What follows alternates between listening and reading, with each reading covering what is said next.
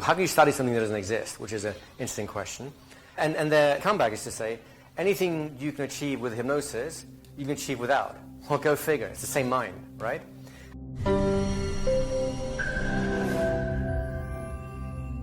Let's do it in this structure just because it's an interesting structure, right? If you want to repeat the sets you have, the early learning set, the protector set, the post-hypnotic set, just for the practice, you're more than welcome to.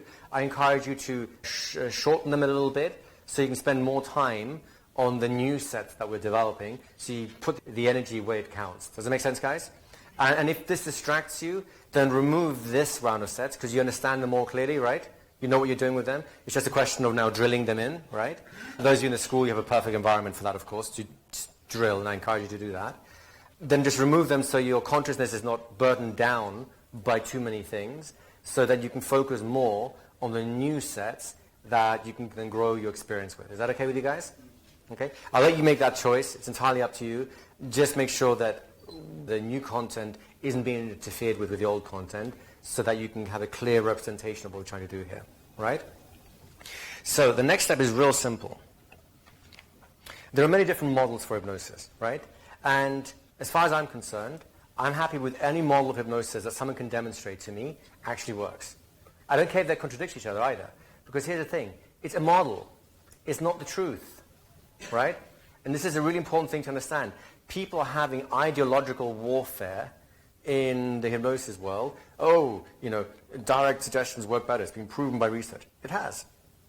Indirect suggestions are superior because they're more respectful and they cause less resistance. It's true. Who's right? Well, what if they both are? If the model works, then figure out what conditions are necessary for the model to work, and then that'll teach you more about the principles. Do you get the idea? And there's many models. One model which I really like is the biofeedback model, right? In fact, there was an obsession in the 70s with biofeedback, especially when meditation started becoming a thing, and they started studying it. They didn't have enough machinery to be able to study their brain properly. Biofeedback was a very crude device that started the whole journey.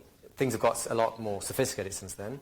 But just because it was crude does not mean that it was useless. Biofeedback was a very, very powerful entrainment system, right?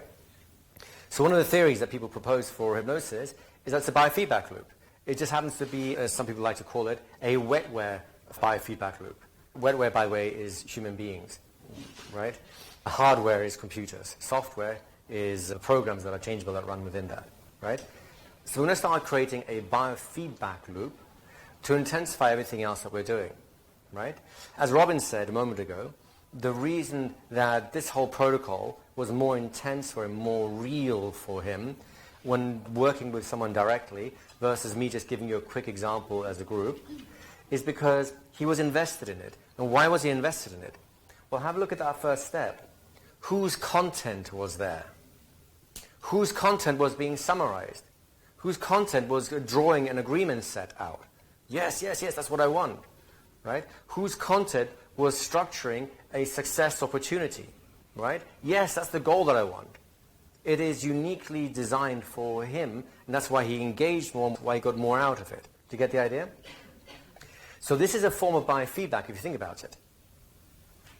Because you're feeding back their hopes, their aspirations, their dreams, and even their failures, just enough for it to have reality to it, shall we say, for them to say, yes, this is true, right?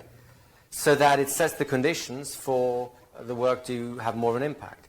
Is this making sense as a concept? Yes? Okay. So how do we introduce the more standard biofeedback? Real simple. As you reflect, especially those of you who are new to this field, although hypnotists in the room, is it starting to get really difficult to figure out who had done no hypnosis before they came here? Is it starting to get a little bit like, I don't really know, I wouldn't want to guess, right? Testament, by the way, to how quickly you guys have brought everyone else up, which I think is a great thing, right? So, have you noticed changes in your subject or your client's physiology as you are doing some kind of hypnotic process with them? Yes? So let's then have a look at what we'll call trance signals. Right? What is a trance signal? is basically a signal that tells you I am now leaving social reality and I'm entering a different kind of reality. Does that make sense, guys? Here's a quick aside for you. There are a bunch of researchers in hypnosis, and academic researchers, who claim that there is no such thing as hypnosis because you can't measure it. There's no state of hypnosis that you can measure in the brain. That's changed a little bit recently with some fMRI studies, but the concept itself is still relatively robust, right? So how can there be no such thing as hypnosis? How can you study something that doesn't exist, which is an interesting question. And their comeback is to say, anything you can achieve with hypnosis, you can achieve without. Well, go figure. It's the same mind, right? And one of the big things about trying to debunk the concept of trance, and I think this is, again, a mistaken interpretation, but the claim is basically, when someone sits down and closes their eyes with no other instructions, they end up having the same internal symptoms, shall we say, that someone experiencing trance has. In other words, time distortion, floating, sinking, expansion, contraction, all those sort of things, right? So they now conclude, because someone with no instruction can sit down and close their eyes and have the same experience that someone has when they're induced into a formal trance, that means the formal trance is irrelevant because it would happen anyways, right? It's not a trance thing, it's just a human thing. And I think they're missing the point. That's the point. If you stop putting feedback into someone else to keep them in the social space, they will revert to a special personal trance. So sometimes, and this goes to your question earlier, sometimes doing nothing is the best induction. Close your eyes and think about that. That's one of my favorite inductions. Why? Because I'm lazy. Right? But as they naturally start to incline towards their personal reality, which of course doesn't exist because it happens without any suggestion, therefore it can't exist, what if we... Have you ever noticed yourself working with someone and they're starting to go into trance, all the classic symptoms, and then they turn like this, and they get all social again? Have you ever had that experience? What's going on there? First of all, it's frustrating, isn't it, as a hypnotist? Yes. Right? Why does that happen? Any ideas? Fear. Fear, did you say? Yeah. It could be. It could be fear. But there's a possibly a wider category, which fear will be one. Go ahead. Maybe they're discussing different topics. They're discussing different topics, right? And that kind of pulls them out. And I think you're right, or you're right on the edge of what I'm trying to come towards, which is this. They're in a social context, right?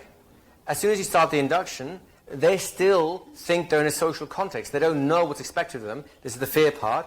I don't know what's expected of me, so I'm going to go back to what's safe.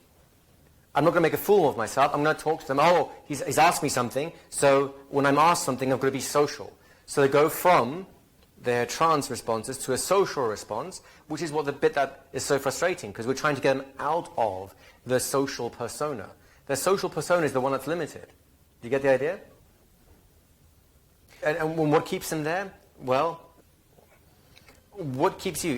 Where was the gentleman who had up here yesterday? The frustrating the trance response. Where are you? Just put your hands up. Oh, there you are. Thank you. Right? When you were here, right? What did you have to do to keep yourself out of trance when we were trying to frustrate it? You had to work hard, right? Now, perhaps you started to think to yourself, talk to yourself. You talked yourself out of trance. Say, you better pay attention. I don't want to look like a fool here. He's telling me not to do it yet. Oh my God, I want to go. Please, all right, fine. All right, take a breath or think something through or look at him or you talk to yourself back out, right? What that's called is he's hypnotizing himself out of the hypnotic context into a social context again. It's self-suggestion in some sense. You get the idea, guys? So in order to do that, he is focusing on social cues. Listen to his voice. What's the question he's asking? What's the sensory experience that I normally have in a social setting? And let's recreate that, right? So to stay out of trance, someone needs to create a biofeedback loop that is social. It's a social biofeedback loop. What am I like when I'm in social context? Let's be more like that again. You get the idea? We want to reverse that. So we're going to basically call out any signal that looks other than their social signals. Simple, isn't it? If you found this insightful, make sure to subscribe for more fascinating discussions on the power of the mind and hypnosis.